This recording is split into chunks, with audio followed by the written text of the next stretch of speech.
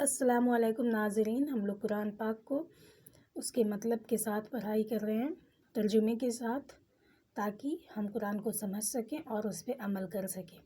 میں نے پہلے پارہ کا ایک رکوع پڑھا ہے، پہلے تلاوت کی معنی کے ساتھ، پھر اس کا ایکسپلینیشن کیا دوسرے ویڈیو میں، اور اب میں اس جتنے ایک رکوع پڑھا ہے اس میں سے دیکھتی ہوں کہ ہمارے عمل میں، ہماری زندگی میں کیا کیا چیزیں قرآن پاک کی ہونی چاہیے، کیا کیا ہمیں اپنانا ہے، توڑ کے سمجھنا ہے۔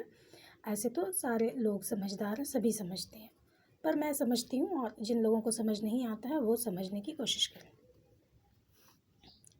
الف لام میم ہم نے پڑھا تھا ایک رکوع وہاں سے، تو اس میں اللہ پاک کیا کہہ رہے ہیں یہ تو بتا ہی دیا تھا میں نے ایکسپلینیشن میں، کہ اللہ نے کہا یہ اللہ کی کتاب ہے، یہ ہدایت دینے والی ہے خدا سے ڈرنے والوں کے لیے۔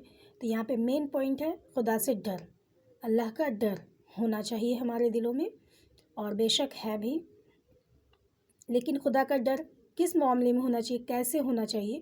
خدا کا ڈر صرف دل میں بولنے سے نہیں ہوتا ہے، خدا کا ڈر ہمیں ہر وہ کام کرنے سے پہلے، ہر وہ کام کرنے ٹائم پہ ہونا چاہیے جو خدا کو ناپسند ہے، اور خدا چاہے وہ چھپ کے کریں، دکھا کے کریں، جس ٹائم بھی کریں، خدا کا ڈر دل میں ہونا چاہیے۔ ہمیں زیادہ ان سب چیزوں پہ بحث نہیں کرنی چاہیے جو چیزیں ہماری آنکھوں نے نہیں دیکھی ہیں، کیونکہ اللہ بہتر جانتا ہے، یہاں پوشیدہ چیزوں کے بارے میں ہے۔ اور نماز کو قائم رکھنے کی بات کہی گئی کہ جو لوگ نماز قائم کریں گے اسی کے لیے یہ جو ہے قرآن پاک ہدایت کا ذریعہ بنے گا۔ تو نماز کے بنا تو ہو ہی نہیں سک رہا ہے، سمجھیے، تو نماز قائم کرنی ہے، خدا کا ڈر پیدا کرنا ہے۔ اور جو ہمارے پاس رزق ہے، یہاں رزق کے بارے میں ہے، تو ہمیں یہ سمجھنا ہے کہ جو بھی ہمارے پاس ہے، زیرو سے لے کے جتنے بھی نمبرز آف رزق ہے ہمارے پاس، کھانے پینے، پہننے، رہنے، جو چیزیں بھی ہیں ساری چیزیں اللہ کی دی ہوئی ہیں۔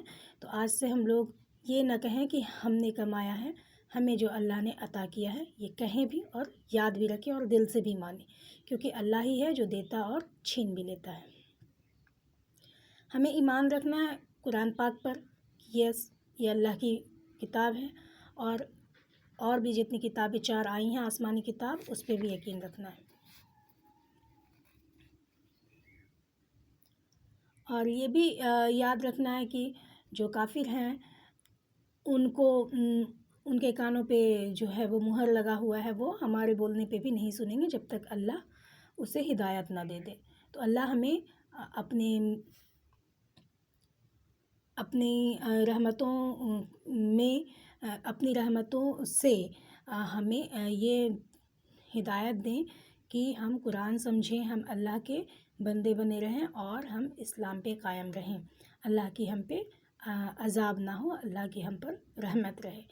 تو یہ ہمارا عمل تھا۔ عمل میں 3 چیزیں ہیں: خوف خدا پیدا کرنا ایک نمبر، دوسرا نمبر نماز کو قائم رکھنا۔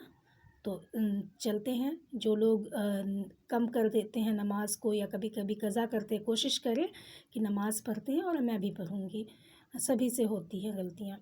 اور تیسری یہ چیزیں ہیں کہ اپنے رزق کو اپنا نہ کہیں، خدا کا رزق کہیں کہ اللہ نے مجھے دیا ہے ہمیشہ۔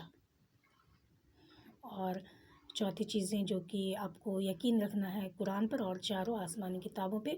تو ایک رکوع میں ہم نے 4 چیزیں عمل میں لانے کی کوشش کی، بہت ساری چیزیں ہوں گی پر ہم نے 4 چیزیں اٹھائی ہیں عمل کے لیے۔ تو دیکھتے ہیں کہ کہاں تک ہم اس عمل پہ قائم رہتے ہیں۔